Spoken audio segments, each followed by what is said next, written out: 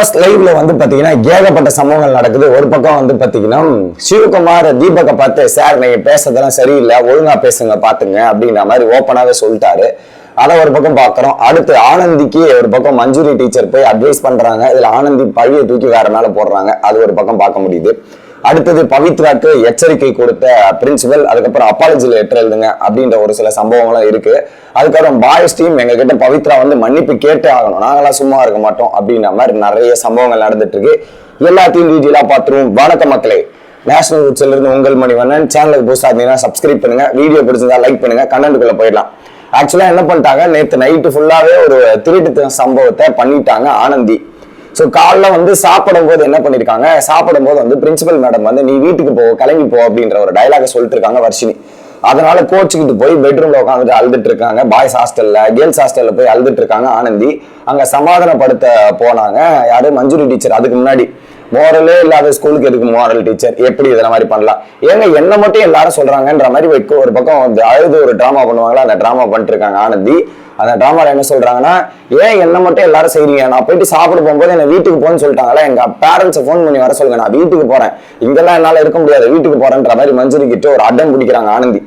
அதுல வந்து பல பேரை கம்ப்ளைண்ட் பண்றாங்க. குறிப்பா வந்து நான் திருடல மேம், என் பேக்ல இருந்து Varshini madam I mean principal மேடமே வச்சுட்டு என்ன திருட்டு பட்டம் கட்டுறாங்க, நானா திருடவே இல்லை, எப்படி இது என் மேல பழி போறதுலாம் எனக்கு பிடிக்காது, ஏன் இப்படிலாம் பண்றீங்கன்ற மாதிரி அவங்க அழுகுறாங்க. உடனே இந்த திருட்டுன்ற பட்டம் உன் மேல வரதுக்கான காரணம் யாரு, நீ தானே, நேத்து நீ தானே அந்த லைட் எல்லாம் திருடி மொத்த கிளாஸுக்கு முன்னாடி திருட்டு பட்டம் வாங்கின, அப்ப எல்லாரும் உன்னதானே சந்தேகப்படுவாங்க, அதுல தப்பு இல்லையே. சோ அப்ப நீ அதுக்கான சுச்சுவேஷனை உருவாக்கி வச்சிருக்க, அதை மாத்தணும் தான் நான் முயற்சி பண்ணோம், 1% டெய்லி நீ மாத்த முயற்சி பண்ண, இதாவது மாத்திடலாம் அப்படின்னா திரும்ப ஆள ஆரம்பிக்கிறாங்க. அடுத்து அதே மாதிரி இங்க வந்து வாட்ச்மேன் இருக்காருல, வாட்ச்மேன் நைட்டு பெட்ரூம்ல எட்டி பார்த்தாரு மேடம், பெட்ரூம்ல இப்படி குறுன்னு எட்டி பார்த்தாரு, அது ரொம்ப தப்பு மேடம், எப்படி மேடம் இப்பெல்லாம் பார்க்கலாம், நான் நல்லா பார்த்தேன் மேடம் அப்படின்ற மாதிரி ஒரு கம்ப்ளைண்ட் பண்றாங்க.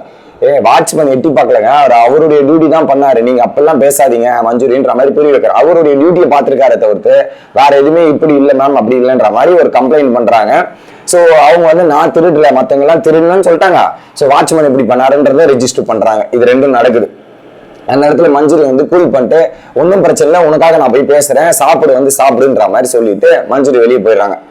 வெளியே போயிட்டு நிக்கிற சுச்சுவேஷன்ல தான் என்ன நடக்குது, சிவா வந்து பாத்தீங்கன்னா தீபக் பார்த்து தேவையில்லாம பேசாதீங்க தீபக், தேவையில்லாம பேசாத தீபக் அப்படின்ற மாதிரி சொல்றாரு. ஏன்னா நானும் பார்த்துட்டு இருக்கேன், நீங்க மரியாதை இல்லாம பேசிக்கிட்டே இருக்கீங்கன்ற மாதிரி ஒரு பக்கம் வந்து சிவகுமாருக்கு தெரியுது. ஏன்னா தீபக் நேற்று பேசல இருந்து சரி ஒரு விதமான ரிஃப்ட் உருவாயிருச்சு.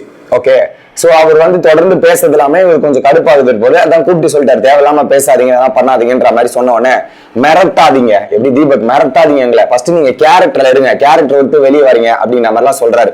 நான் கேரக்டர் தாங்க இருக்கேன், 20 வருஷம் எக்ஸ்பீரியன்ஸ்ல நான் நின்றுட்டு இருக்குங்க, இப்படிலாம் நீங்க பேசாதீங்க அப்படின்னு சொல்லிட்டு இருக்காரு. உடனே உங்க மேலதான் கம்ப்ளைண்ட் வந்துட்டு இருக்குங்க, நீங்க தான் கேர்ள்ஸ் ஹாஸ்டல்ல எட்டி பாத்தீங்களாமே, இதெல்லாம் பண்ணிக்கலாமேன்ற மாதிரி கம்ப்ளைண்ட் ஆனந்தி கொடுத்துட்டு இருக்காங்க அப்படின்ற மாதிரி.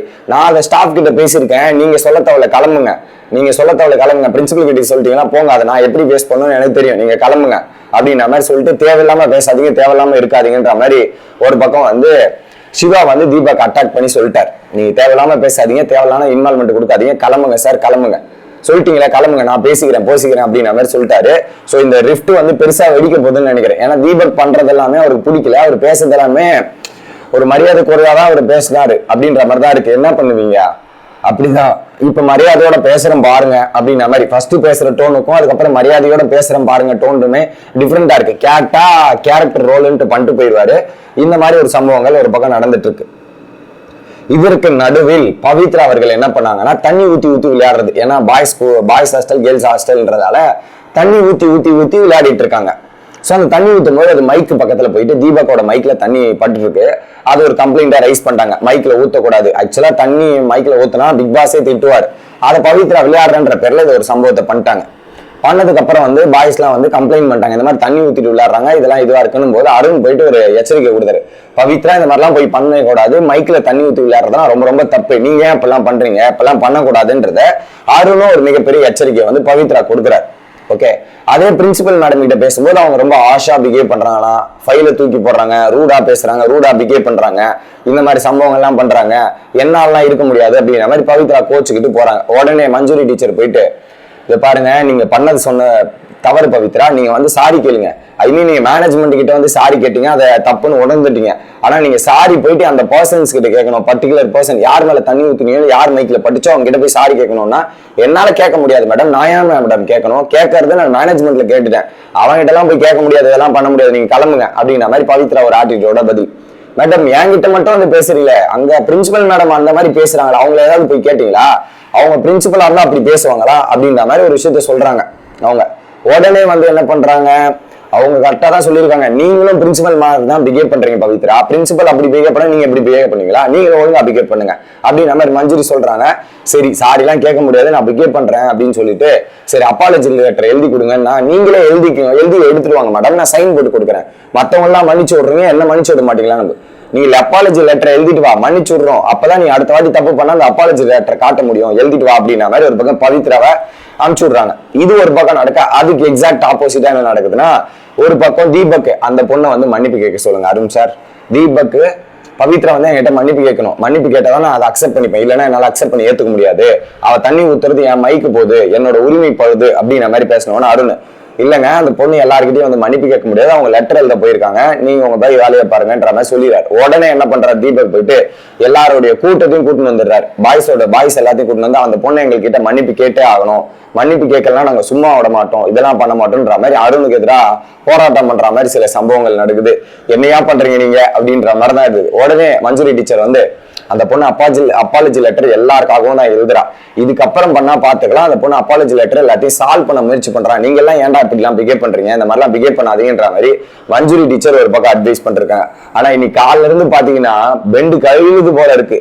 ஒரு பக்கம் அருணுக்கும் மஞ்சுரி மற்றும், ஏன்னா இவங்க 2 பேர் தான் சமாளிச்சுட்டு இருக்காங்க, ஜாக்லின் சமையல பாத்துட்டு இருக்காங்களா, சோ அதனால இவங்க 2 பேர் வரல, சாரி அதனால அவங்க வரல, இவங்க 2 பேர் இப்படி சமாளிச்சுக்கிறதே கடுப்பா இருக்கு. ஏன்னா எல்லா சின்ன சின்ன விஷயத்திலும் போய் இவங்க சண்டை போட்டுட்டே இருக்க, அதுக்கு இவங்க வந்து இதெல்லாம் சரி பண்றன்ற பேர்ல இந்த சில விஷயங்கள்லாம் நடந்துட்டு இருக்கு.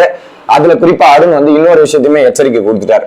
ஏன்னா சாப்பாடு ஷேரிங் வந்து நடந்துகிட்டே இருக்கு. நேத்து வந்து பிக் பாஸ் வந்து சாச்சனாக்கு ஒரு மிகப்பெரிய இன்ஸ்ட்ரக்ஷன் கொடுத்திருந்தார், வார்னிங் கொடுத்திருந்தார்.